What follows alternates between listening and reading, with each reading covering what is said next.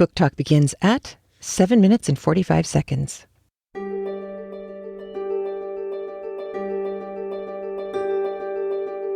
Welcome to CraftLit, the podcast for crafters who love books.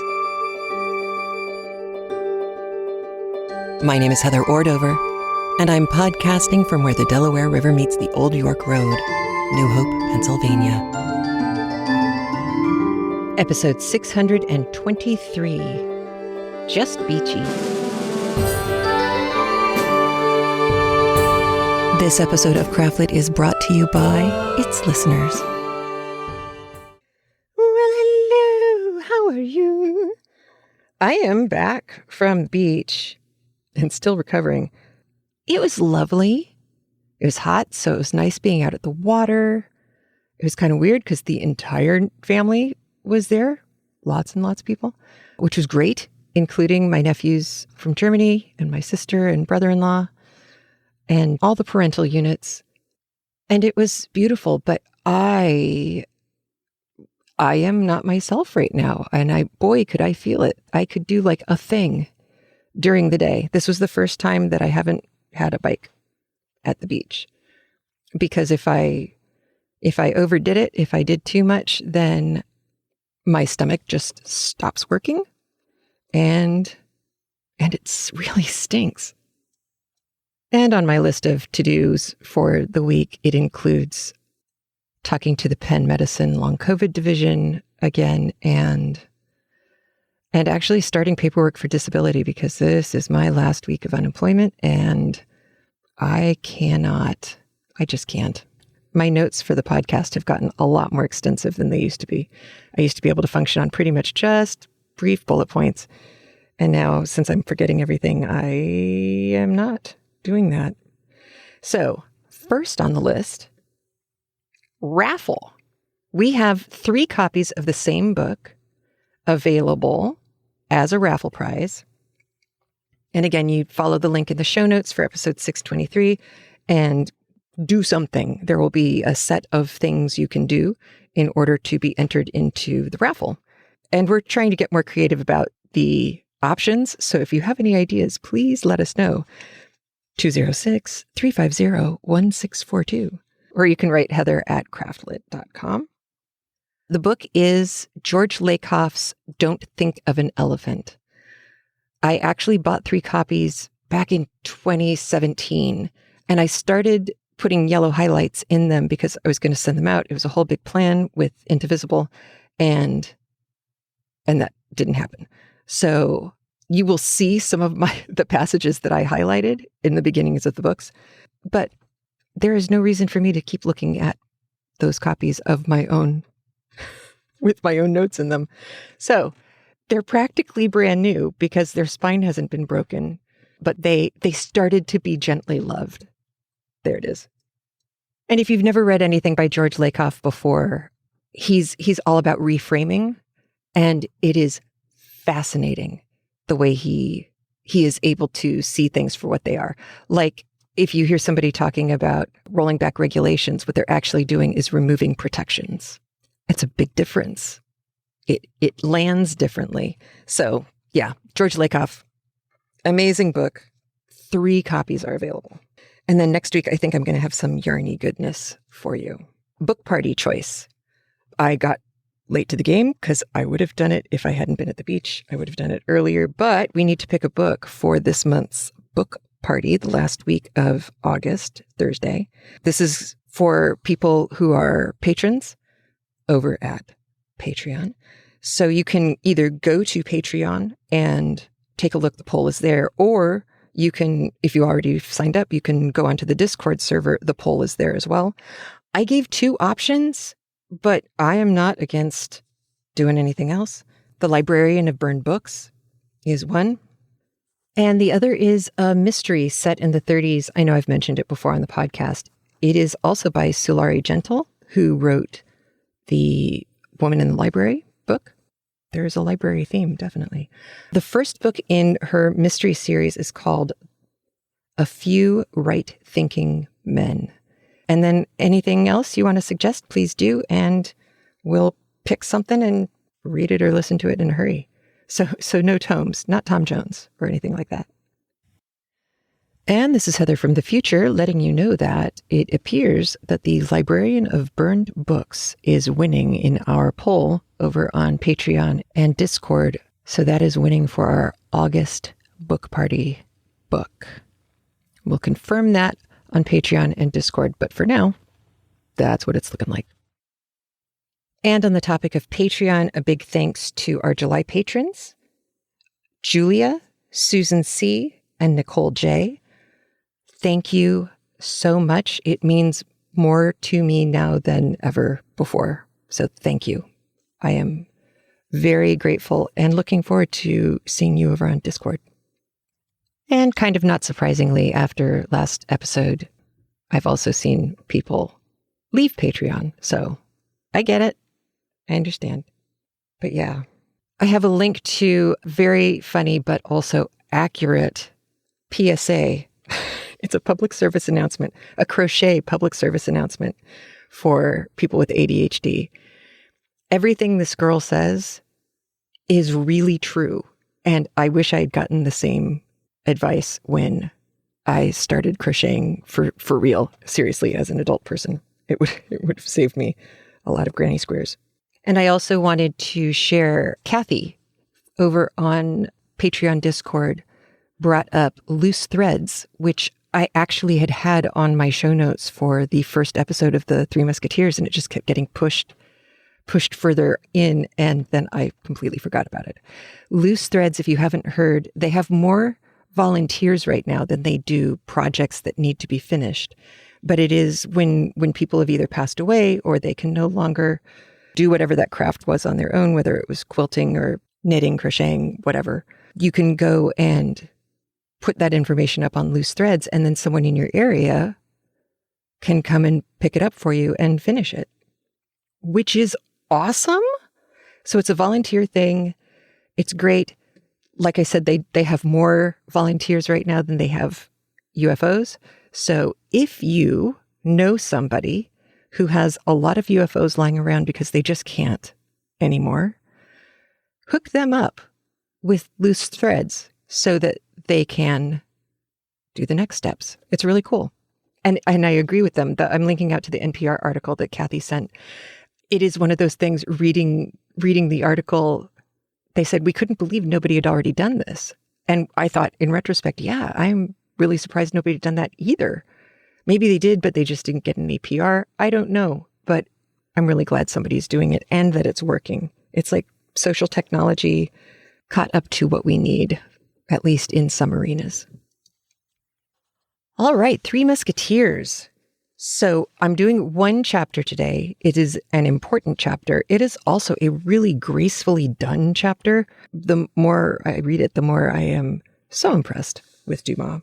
But there are some terms, some of them I think I've already mentioned, but I'm going to mention them again because, like I said, my memory is not what it was, and sometimes my notes are not what they were. The first is lackey. Lackey being a servant. They're usually in livery. In this situation, they're not. But it is important to note that it is not a derogatory term that they are using, or they're not using it in a derogatory way.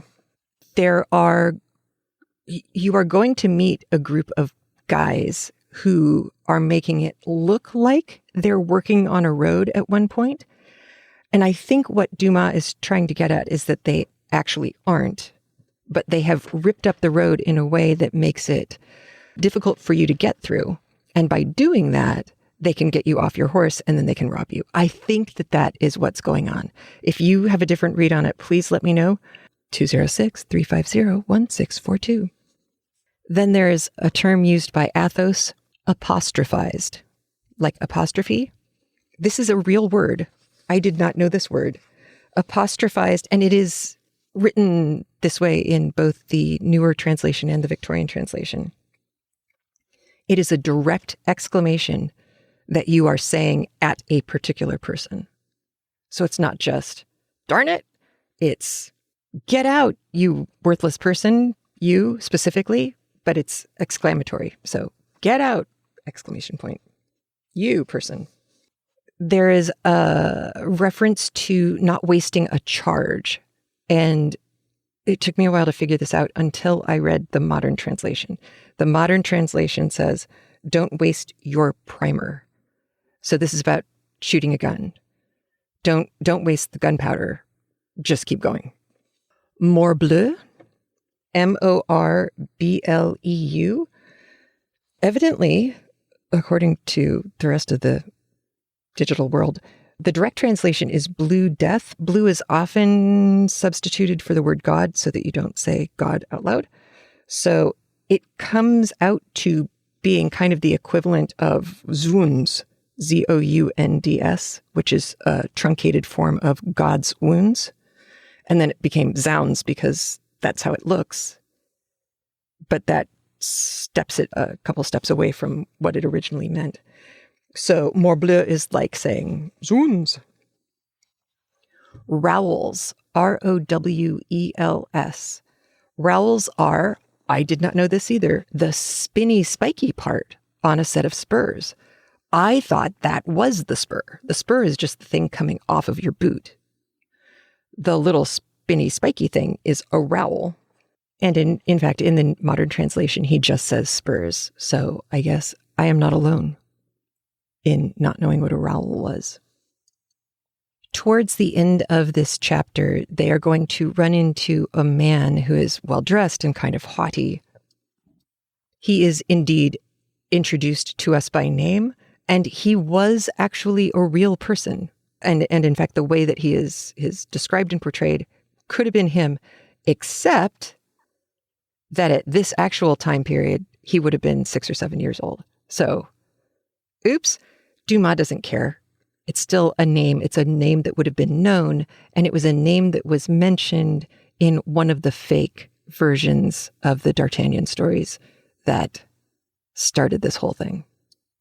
Oh, you will hear, which I think we've already done, parbleu, which is really par Dieu, God. So it would be by God, except we are morphing the word God into a B word instead of a D word again, so you get parbleu. And I think that's it. That's everything that you need for chapter 20. So here we go, listening to chapter 20 of The Three Musketeers, written by Alexandre Dumas. And if you are listening to the other translation done by John Lee or anyone else on Audible, one that is not free, please jump ahead to The Journey. At 2 o'clock in the morning, our 4 adventurers left Paris by the Barrière Saint-Denis. As long as it was dark, they remained silent. In spite of themselves, they submitted to the influence of the obscurity and apprehended ambushes on every side. With the first rays of day, their tongues were loosened. With the sun, gaiety revived. It was like the eve of a battle. The heart beat, the eyes laughed, and they felt that the life they were perhaps going to lose was, after all, a good thing. Besides, the appearance of the caravan was formidable. The black horses of the Musketeers, their martial carriage, with the regimental step of these noble companions of the soldier, would have betrayed the most strict incognito. The lackeys followed, armed to the teeth. All went well till they arrived at Chantilly, which they reached about 8 o'clock in the morning. They needed breakfast and alighted at the door of an auberge, recommended by a sign representing St. Martin, giving half his cloak to a poor man. They ordered the lackeys not to unsaddle the horses, and to hold themselves in readiness to set off again immediately. They entered the common hall and placed themselves at table. A gentleman who had just arrived by the route of Dammartin was seated at the same table and was breakfasting. He opened the conversation about rain and fine weather. The travelers replied. He drank to their good health, but the travelers returned his politeness. But at that moment, Mousqueton came to announce that the horses were ready, and they were arising from table. The stranger proposed to Porthos to drink the health of the cardinal. Porthos replied that he asked no better if the stranger in his turn would drink the health of the king. The stranger cried that he acknowledged no other king but his eminence. Porthos called him drunk, and the stranger drew his sword.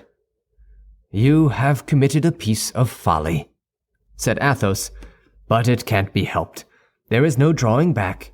Kill the fellow and rejoin us as soon as you can." All three remounted their horses and set out at a good pace, while Porthos was promising his adversary to perforate him with all the thrusts known in the fencing schools. "There goes one," cried Athos at the end of 500 paces. "But why did that man attack Porthos rather than any other one of us?" asked Aramis.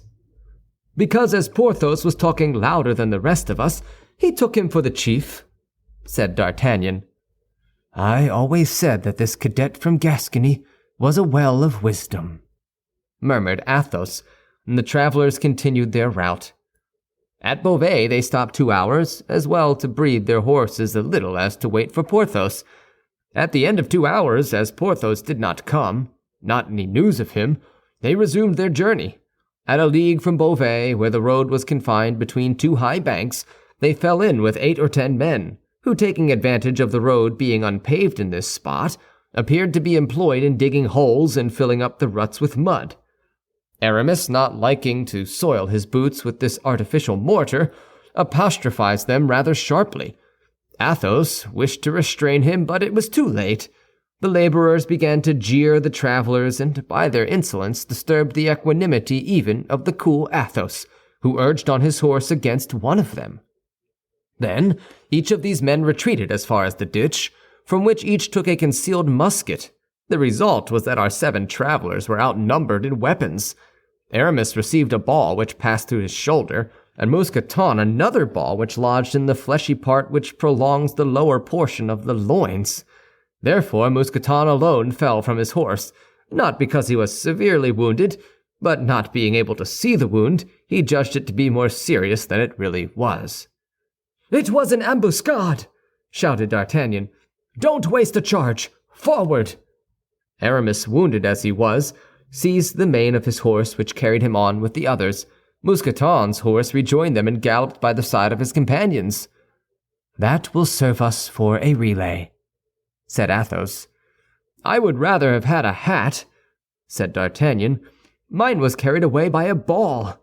By my faith, it is very fortunate that the letter was not in it." "They'll kill poor Porthos when he comes up," said Aramis. "If Porthos were on his legs, he would have rejoined us by this time," said Athos. "My opinion is that on the ground the drunken man was not intoxicated." They continued at their best speed for 2 hours, although the horses were so fatigued that it was to be feared they would soon refuse service.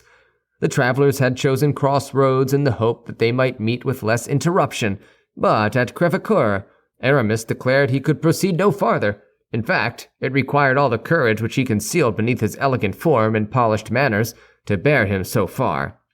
He grew more pale every minute, and they were obliged to support him on his horse. They lifted him off the door of a cabaret, left Bazin with him, who, besides, in a skirmish was more embarrassing than useful, and set forward again in the hope of sleeping at Amiens. "Morbleu," said Athos as soon as they were again in motion. "Reduced to 2 masters and Grimaud and Planchet. Morbleu, I won't be their dupe, I will answer for it. I will neither open my mouth nor draw my sword between this and Calais, I swear by—" "Don't waste time in swearing," said D'Artagnan. "Let us gallop, if our horses will consent." And the travelers buried their rowels in the horses' flanks, who, thus vigorously stimulated, recovered their energies. They arrived at Amiens at midnight and alighted at the auberge of the Golden Lily. The host had the appearance of as honest a man as any on earth. He received the travelers with his candlestick in one hand and his cotton nightcap in the other. He wished to lodge the 2 travelers each in a charming chamber, but unfortunately these charming chambers were at the opposite extremities of the hotel. D'Artagnan and Athos refused them. The host replied that he had no other worthy of their excellencies, but the travelers declared they would sleep in the common chamber, each on a mattress which might be thrown upon the ground. The host insisted, but the travelers were firm, and he was obliged to do as they wished. They had just prepared their beds and barricaded their door within, when someone knocked at the yard shutter. They demanded who was there, and recognizing the voices of their lackeys, opened the shutter. It was indeed Planchet and Grimaud. "Grimaud can take care of the horses," said Planchet. "If you are willing, gentlemen, I will sleep across your doorway, and you will then be certain that nobody can reach you." "And on what will you sleep?" said D'Artagnan. "Here is my bed," replied Planchet, producing a bundle of straw. "Come, then," said D'Artagnan. "You are right. Mine host's face does not please me at all. It is too gracious." "Nor me either," said Athos. Planchet mounted by the window and installed himself across the doorway, while Grimaud went and shut himself up in the stable, undertaking that by 5 o'clock in the morning he and the 4 horses should be ready. The night was quiet enough. Toward 2 o'clock in the morning somebody endeavored to open the door, but as Planchet awoke in an instant and cried, "Who goes there?" somebody replied that he was mistaken and went away. At 4 o'clock in the morning they heard a terrible riot in the stables. Grimaud had tried to waken the stable boys, and the stable boys had beaten him. When they opened the window, they saw the poor lad lying senseless, with his head split by a blow with a pitchfork. Planchet went down into the yard and wished to saddle the horses, but the horses were all used up. Mousqueton's horse, which had traveled for 5 or 6 hours without a rider the day before, might have been able to pursue the journey, but by an inconceivable error the veterinary surgeon who had been sent for, as it appeared, to bleed one of the host's horses, had bled Mousqueton's. This began to be annoying. All these successive accidents were perhaps the result of chance, but they might be the fruits of a plot. Athos and D'Artagnan went out, while Planchet was sent to inquire if there were not 3 horses for sale in the neighborhood. At the door stood 2 horses, fresh, strong, and fully equipped. These would just have suited them. He asked where their masters were and was informed that they had passed the night in the inn, and were then settling their bill with the host. Athos went down to pay the reckoning, while D'Artagnan and Planchet stood at the street door. The host was in a lower and back room to which Athos was requested to go.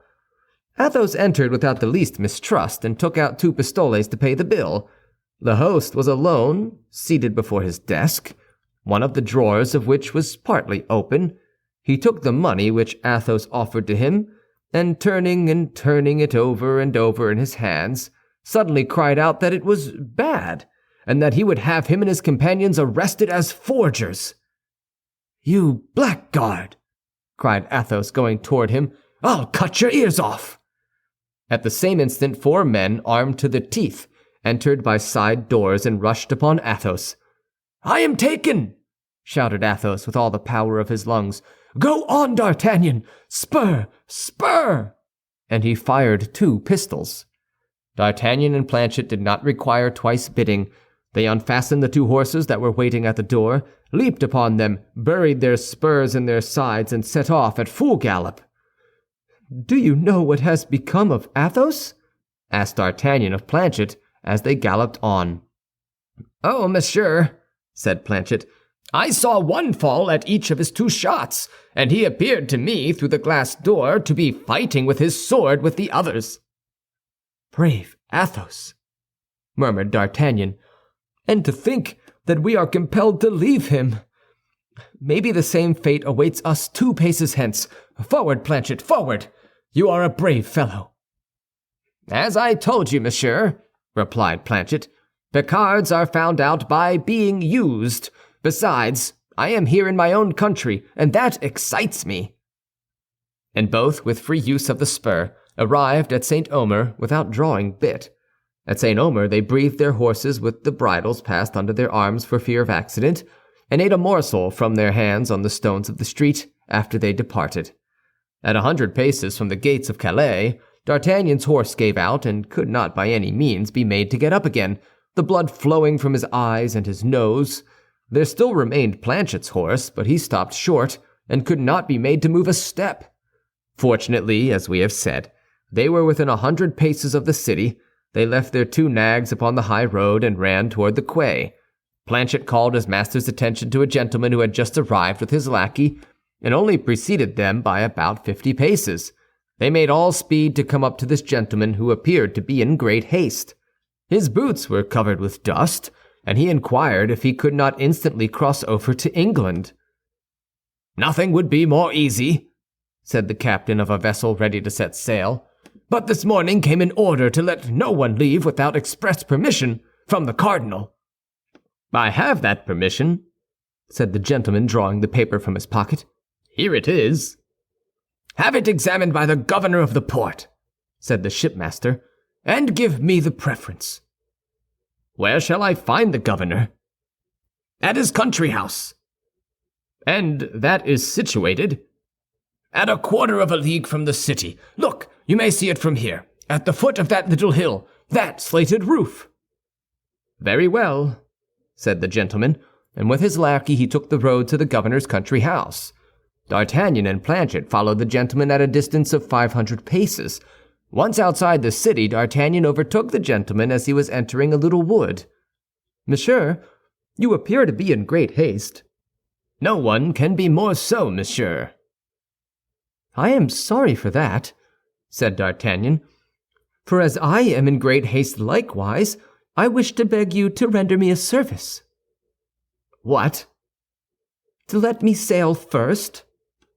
"That's impossible," said the gentleman. "I have traveled 60 leagues in 40 hours, and by tomorrow at midday I must be in London."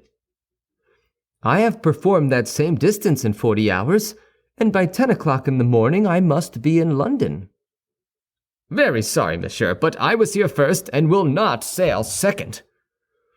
"I am sorry too, monsieur, but I arrived second and must sail first." "The king's service?" said the gentleman. "My own service," said D'Artagnan. "But this is a needless quarrel you seek with me, as it seems to me." "Parbleu! What do you desire it to be?" "What do you want?" "Would you like to know?" "Certainly." "Well, then, I wish that order of which you are bearer, seeing that I have not one of my own and must have one." "You jest, I presume." "I never jest." "Let me pass." "You shall not pass." "My brave young man, I will blow out your brains. Hola, Lubin, my pistols!" "Planchet," called out D'Artagnan, "take care of the lackey. I will manage the master." Planchet, emboldened by the first exploit, sprang upon Lubin, and being strong and vigorous, he soon got him on the broad of his back and placed his knee upon his breast. "Go on with your affair, monsieur," cried Planchet. "I have finished mine." Seeing this, the gentleman drew his sword and sprang upon D'Artagnan, but he had too strong an adversary. In 3 seconds D'Artagnan had wounded him 3 times, exclaiming at each thrust, "One for Athos, one for Porthos, and one for Aramis." At the 3rd hit the gentleman fell like a log. D'Artagnan believed him to be dead, or at least insensible, and went toward him for the purpose of taking the order. But the moment he extended his hand to search for it, the wounded man, who had not dropped his sword, plunged the point into D'Artagnan's breast, crying, "One for you!" "And one for me, the best for last!" cried D'Artagnan, furious, nailing him to the earth with a 4th thrust through his body. This time the gentleman closed his eyes and fainted. D'Artagnan searched his pockets and took from one of them the order for the passage. It was in the name of Comte de Vaud. Then, casting a glance on the handsome young man who was scarcely 25 years of age, and whom he was leaving in his gore, deprived of sense and perhaps dead, he gave a sigh for that unaccountable destiny which leads men to destroy each other for the interests of people who are strangers to them, and who often do not even know that they exist. But he was soon aroused from these reflections by Lubin, who uttered loud cries and screamed for help with all his might. Planchet grasped him by the throat and pressed as hard as he could. "Monsieur," said he, "as long as I hold him in this manner, he can't cry, I'll be bound. But as soon as I let go, he will howl again. I know him for a Norman, and Normans are obstinate." In fact, tightly held as he was, Lubin endeavored still to cry out. "Stay," said D'Artagnan, and taking out his handkerchief, he gagged him. "Now," said Planchet, "let us bind him to a tree." This being properly done, they drew the Comte de Vaud close to his servant, And as night was approaching, and as the wounded man and the bound man were at some little distance within the wood, it was evident they were likely to remain there till the next day. "And now," said D'Artagnan, "to the governor's." "But you are wounded, it seems," said Planchet. "Oh, that's nothing. Let us attend to what is more pressing first, and then we will attend to my wound. Besides, it does not seem very dangerous." And they both set forward as fast as they could toward the country house of the worthy functionary.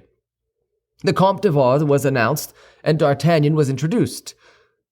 "You have an order signed by the cardinal?" said the governor. "Yes, monsieur," replied D'Artagnan. "Here it is." Ah, it is quite regular and explicit," said the governor. "Most likely," said D'Artagnan. "I am one of his most faithful servants." "It appears that his Eminence is anxious to prevent someone from crossing to England." "Yes, a certain D'Artagnan, a Béarnese gentleman who left Paris in company with 3 of his friends, with the intention of going to London." "Do you know him personally?" asked the governor. "Whom?" "This D'Artagnan." "Perfectly well." "Describe him to me, then." "Nothing more easy."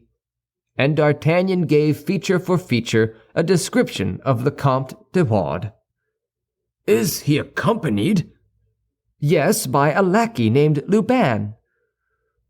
"We will keep a sharp lookout for them, and if we lay hands on them, his Eminence may be assured they will be reconducted to Paris under a good escort."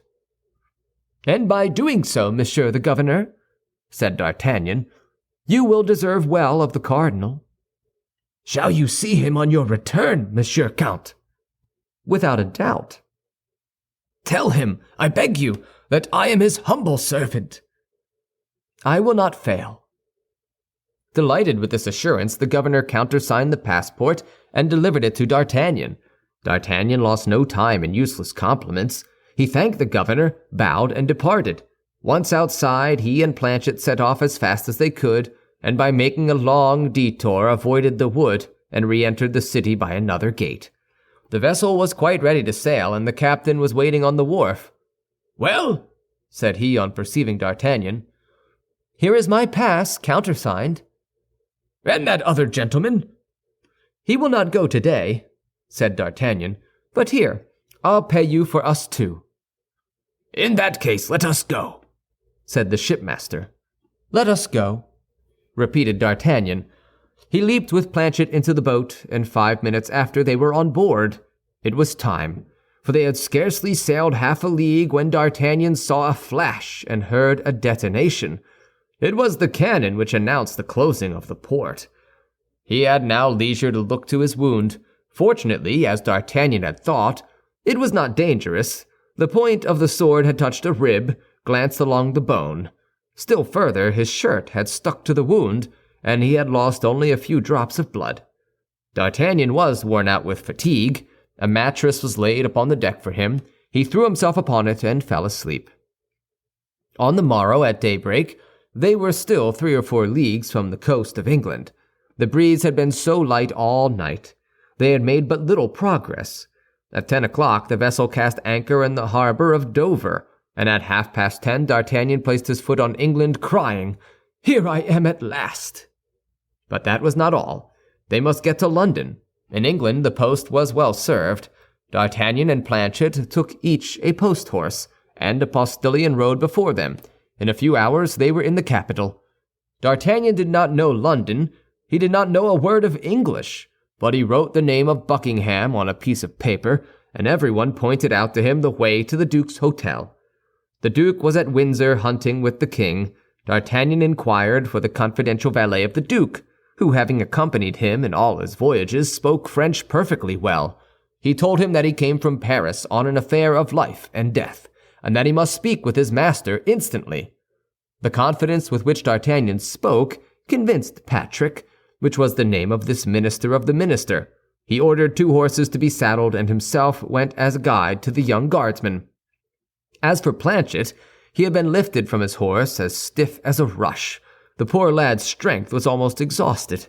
D'Artagnan seemed iron. On their arrival at the castle, they learned that Buckingham and the king were hawking in the marshes 2 or 3 leagues away. In 20 minutes they were on the spot named. Patrick soon caught the sound of his master's voice calling his falcon. "Whom must I announce to my Lord Duke?" asked Patrick. "The young man who one evening sought a quarrel with him on the Pont Neuf, opposite the Samaritan." "A singular introduction." "You will find that it is as good as another." Patrick galloped off, reached the Duke and announced to him in the terms directed that a messenger awaited him. Buckingham at once remembered the circumstance, and suspecting that something was going on in France of which it was necessary he should be informed, he only took the time to inquire where the messenger was, and recognizing from afar the uniform of the guards, he put his horse into a gallop and rode straight up to D'Artagnan. Patrick discreetly kept in the background. "No misfortune has happened to the Queen?" cried Buckingham the instant he came up, throwing all his fear and love into the question. "I believe not. Nevertheless, I believe she runs some great peril from which your grace alone can extricate her." "I?" cried Buckingham. "What is it? I should be too happy to be of any service to her. Speak, speak!" "Take this letter," said D'Artagnan. "This letter? From whom comes this letter?" "From Her Majesty, I think." "From Her Majesty?" said Buckingham, becoming so pale that D'Artagnan feared he would faint as he broke the seal. "What is this rent?" said he, showing D'Artagnan a place where it had been pierced through. "Ah," said D'Artagnan, "I did not see that. It was the sword of the Comte de Wardes which made that hole when he gave me a good thrust in the breast." "You are wounded?" asked Buckingham as he opened the letter. "Oh, nothing but a scratch," said D'Artagnan. "Just heaven! What have I read?" cried the Duke. "Patrick, remain here, or rather, join the king, wherever he may be, and tell his Majesty that I humbly beg him to excuse me, but an affair of the greatest importance recalls me to London. Come, monsieur, come!" And both set off toward the capital at full gallop. End of chapter 20. Recording by John Van Stan, Savannah, Georgia. Okay, I want to work my way backwards through this chapter because D'Artagnan gets stabbed with a sword, and then he's like, "Oh, it just glanced off my rib." Okay, if this had happened to me, I would have been writhing on the ground screaming, right? I would have been bleeding all over the place. I love that Dumas added the little detail of the shirt getting stuck in the wound and basically acting as a bandage so that he didn't bleed out. That's kind of cool. But as ridiculously improbable as that sounds, you do have to remember that his dad was exactly this kind of fighter. He had things like this happen to him, and he did similarly. He just kept going. So it is possible. I don't know. Maybe people like that just don't process pain the same way that I do, but holy cow. Yeah. So not actually completely unreasonable, just very much a Dumas adventure story moment.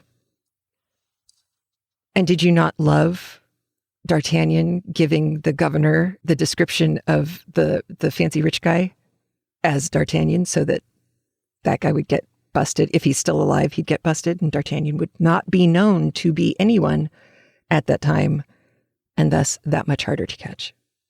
So smart. I also have to say, I laughed out loud that D'Artagnan, in the middle of fighting, has a little philosophical moment. And I thought, oh, I wonder if this is what it is to be French. He hit the guy. The guy's insensible, perhaps dead.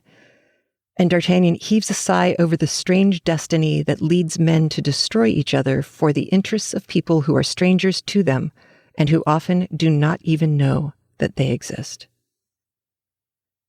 And wow, time has not changed at all. You know, big important people think that the rest of us are just extras in their movie about them. And D'Artagnan or Dumas made a note of it here a couple hundred years ago. So good. All right, flipping back to the beginning of the chapter. So Athos says, as soon as Porthos gets into it with the guy over drinking to the health of the cardinal versus the king, Athos says, there's one gone. And if that didn't ring your bells, or at least some bells for you, to go, well, there are 3 Musketeers, there's one gone. We're going to lose the other 2, because it has to be just D'Artagnan. It is so easy to write something like that very badly, very ham-fistedly. Dumas is absolutely graceful. The other thing that he does that I think is just fantastic here is he gives us a hint about where things are going to go for that musketeer, whether it's Porthos or Aramis or Athos. He gives us a hint. There's a conflict or a problem with a particular person in a particular place. But we just keep racing on. D'Artagnan does not have time to stop and help, nor do the remaining people ever.